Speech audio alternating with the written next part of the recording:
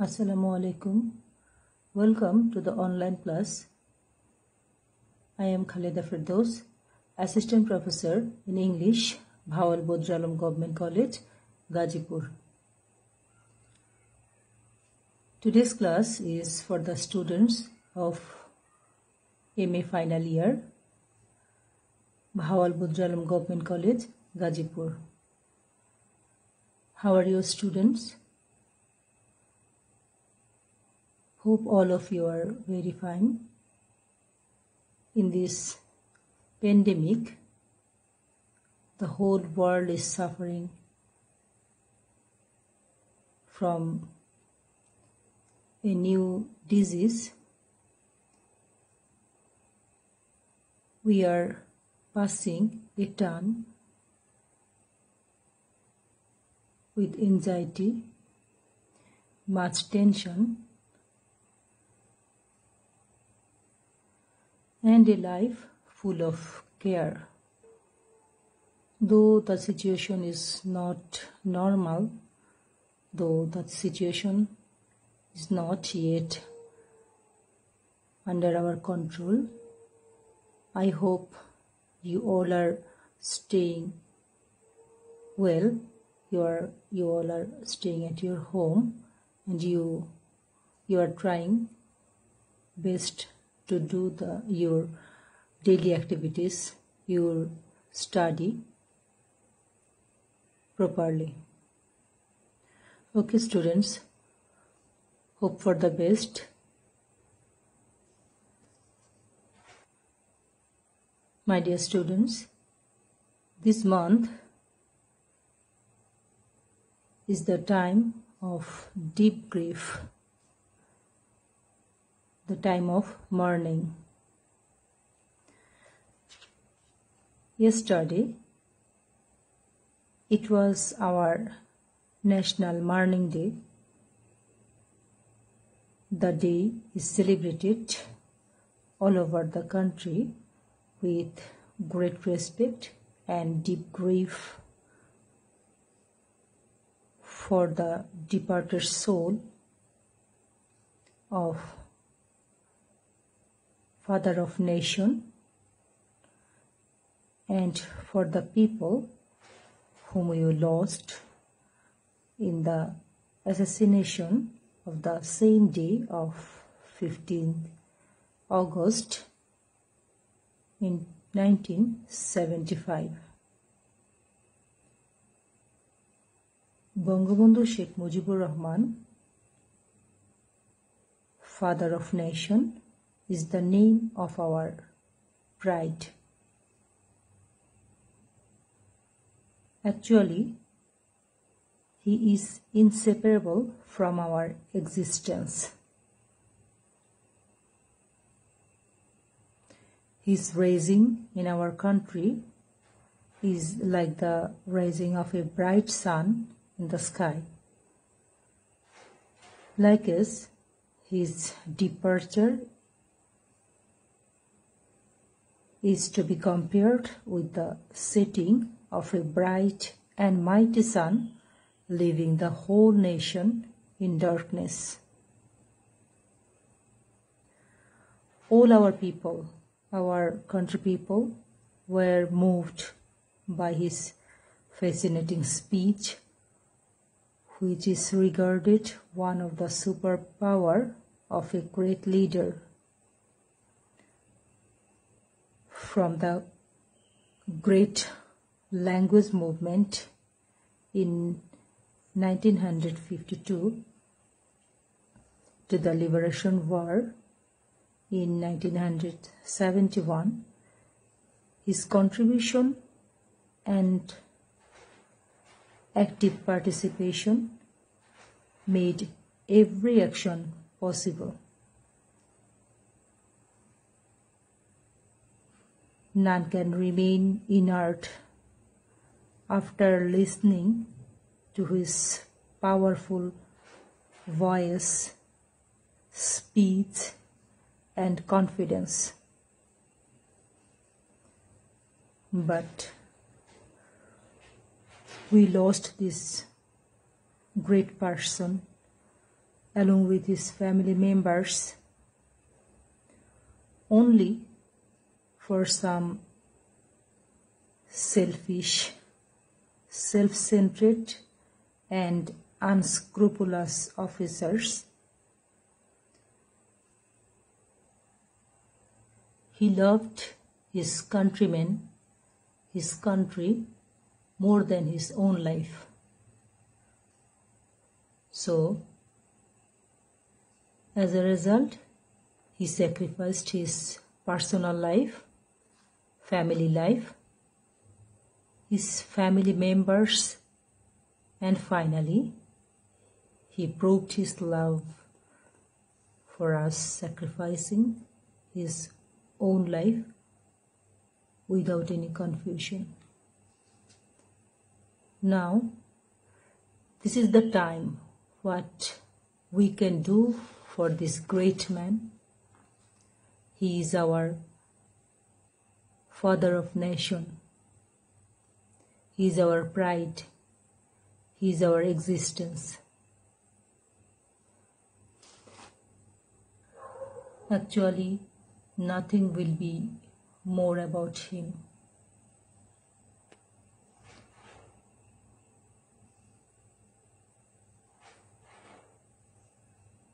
Our present duty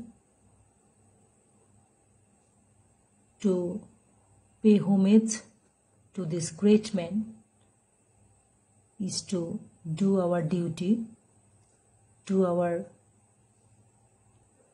own duty, our own responsibility properly in our own position. We must make the best use of our time, of our position to make the country as a prosperous one.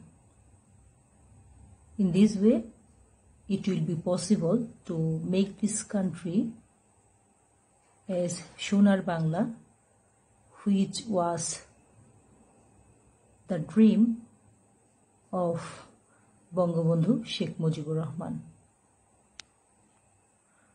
So, my dear students, try to know more about him very clearly. Now, today I am going to discuss a course of your syllabus. Our course is William Shakespeare, course code 311103. Our course is Julius Caesar, written by William Shakespeare. William Shakespeare was born in 1564 and died in 1616 in London. What kind of writing is Julius Caesar? It is a tragedy. The drama was set in Rome in 44 BC. There raged a civil war after the death of Julius Caesar. We will discuss all of these things in this drama.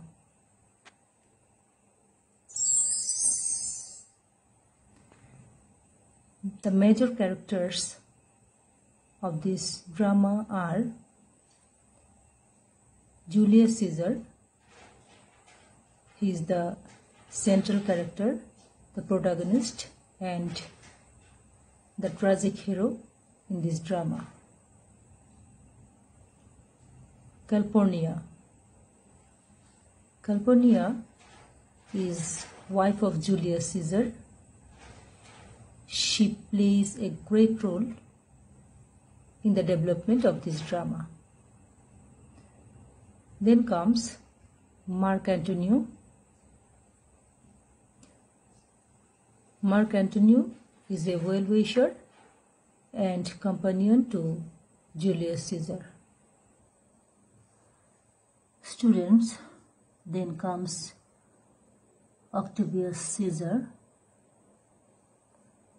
He is Caesar's adopted son.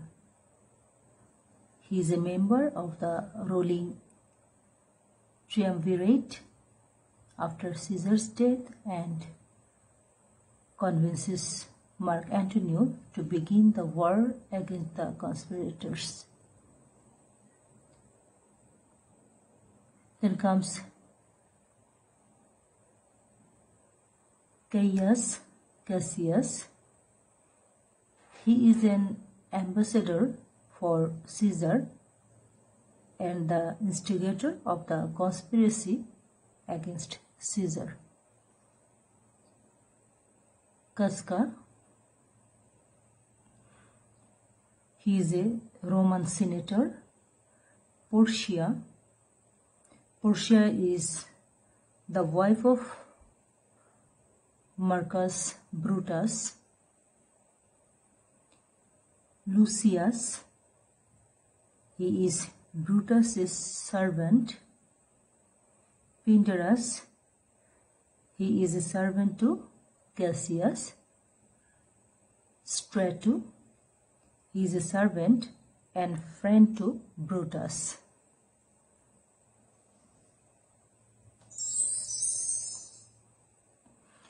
Now students, come to the summary of the drama. There are 5 acts in this drama. Act 1 discusses two sides of two characters. One is Pompey's defeats and another is Caesar's triumph over his victory. In this act, we will have a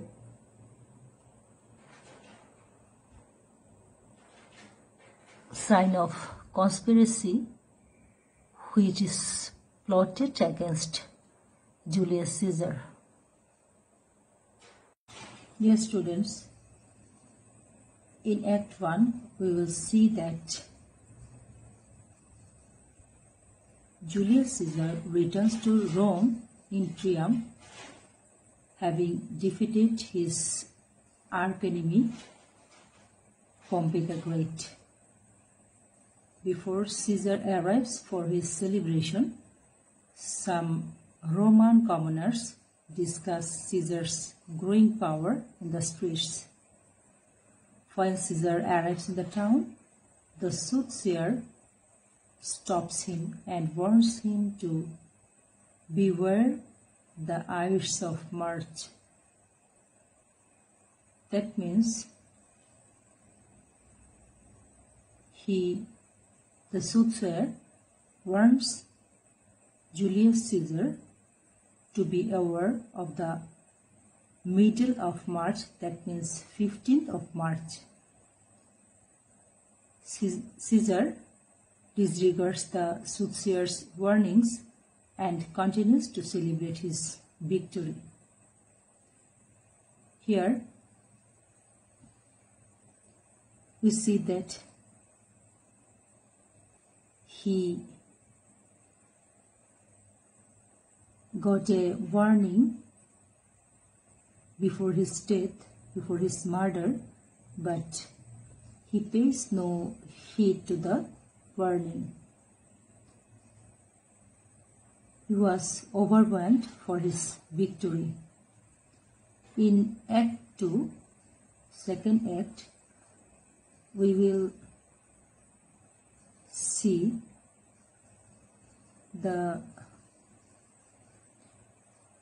one of the major character in this drama, Brutus. His participation is confirmed in the conspiracy against Julius Caesar. Here we will see that Cassius and some other Roman senators, known collectively as the conspirators, are wary of Caesar's popularity and have begun to plot against him. They aim to recruit Caesar's good friend Marcus Brutus as a member of their group in order to reinforce their cause. After much deliberation, Brutus decides to join the conspirators in order to protect Rome and its citizens from Caesar's ambitions to become king. Actually, in this act, Brutus is misled by Cassius and other conspirators. They combinedly decide to assassinate Caesar on March 15th. After the meeting, wife of Brutus, Portia, tries to get her husband to tell her what is happening. But Brutus pays no heed to her and he doesn't give her any answer. The next morning, we will see Caesar's wife Calpurnia awakes from terrible nightmares about his death and civil war. She pleads with Caesar to stay home. Caesar ignores her warnings and repairs to the Senate house with Decius Brutus, one of the conspirators. In the streets, Portia and the soothsayer speak about their feelings of impending danger as they wait for Caesar to pass by on his way to the Senate house. It was the warning from all the well-wisher of Julius Caesar to make him aware, but it was his bad luck that he does not pay any heed or does not give any importance to their warning. In Act 3, we will find Julius Caesar is killed. He is killed by his well-wisher, his close friend, the conspirators, along with Brutus. After second act, in the third act, we will see that as Caesar proceeds to the Senate house, he passes by the soothsayer. He addresses her by saying, "The eyes of March are come." The soothsayer responds with, "Aye, but not gone." Here, Caesar is found as a proud person, proud king, proud leader, and he discards the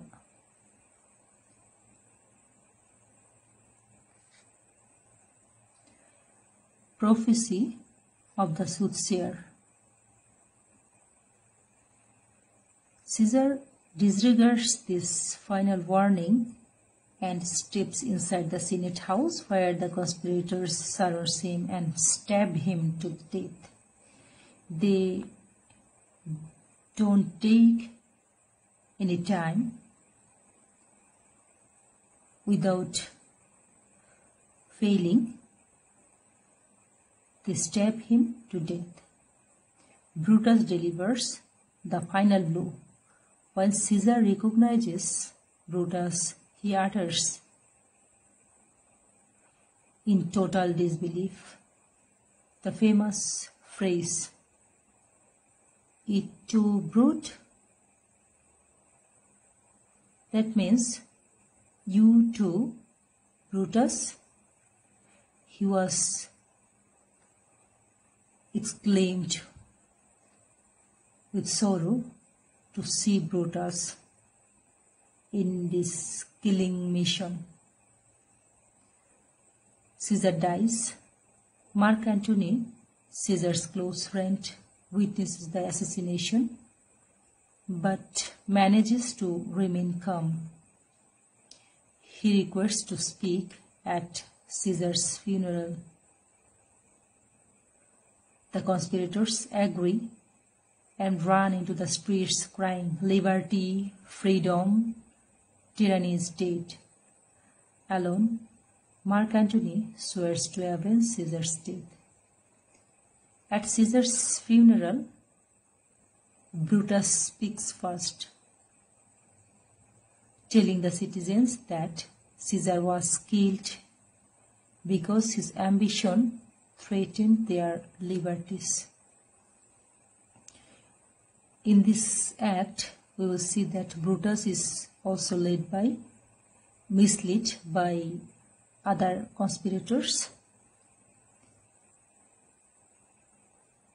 Here, Antony subtly incites the crowd to turn against the conspirators, reminding them of Caesar's goodness. By the end of his speech, Antony manipulates the citizens to riot and the conspirators flee the city. Here we will see that Antony manages to make the conspirators flee the city. In Act 4, there rages a civil war. Mark Antony, Octavius, and Aemilius Lepidus become allies. The three men declare themselves the second triumvirate of Rome and propose to jointly rule. They also declare a civil war against Brutus, Cassius, and the conspirators. Brutus and Cassius become general of their army, but struggle with sharing their joint power late one night.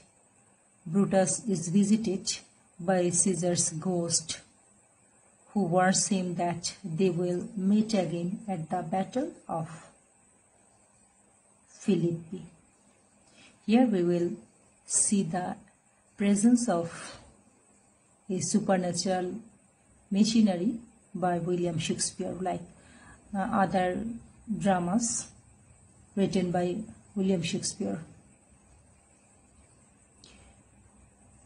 In the final act, Act 5, Cassius and Brutus die and triumvirate takes control of Rome and order is restored. Here we will find the ending of the tragedy. Cassius, worn down by Mark Antony's army, sends his soldier and friend Titinius across the field to learn the identity of some nearby troops. When Cassius' slave, Pindarus, mistakenly reports that Titinius has been captured, Cassius loses all hope of victory. He asks Pindarus to stab him, and Pindarus consents, killing Cassius with the same sword Cassius used to stab Caesar. So here he gets the punishment of his crime. In another part of the battlefield, Brutus continues to fight until his troops are defeated. He despairs and asks his servant Strato to hold the sword while Brutus runs on it. So he makes a suicide. Upon finding the body, Antony expresses his admiration for the fallen Brutus, saying, "This was the noblest Roman of them all." So Brutus, who makes suicide, was the best friend to Julius Caesar, is now punished for his misdeeds.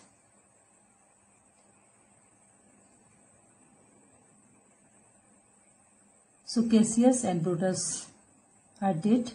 The triumvirate takes control of Rome and order is restored. My dear students, this is all about Julius Caesar in short. In this pandemic, stay at your home, stay safe, stay well. I will have another discussion in another class. Thank you all.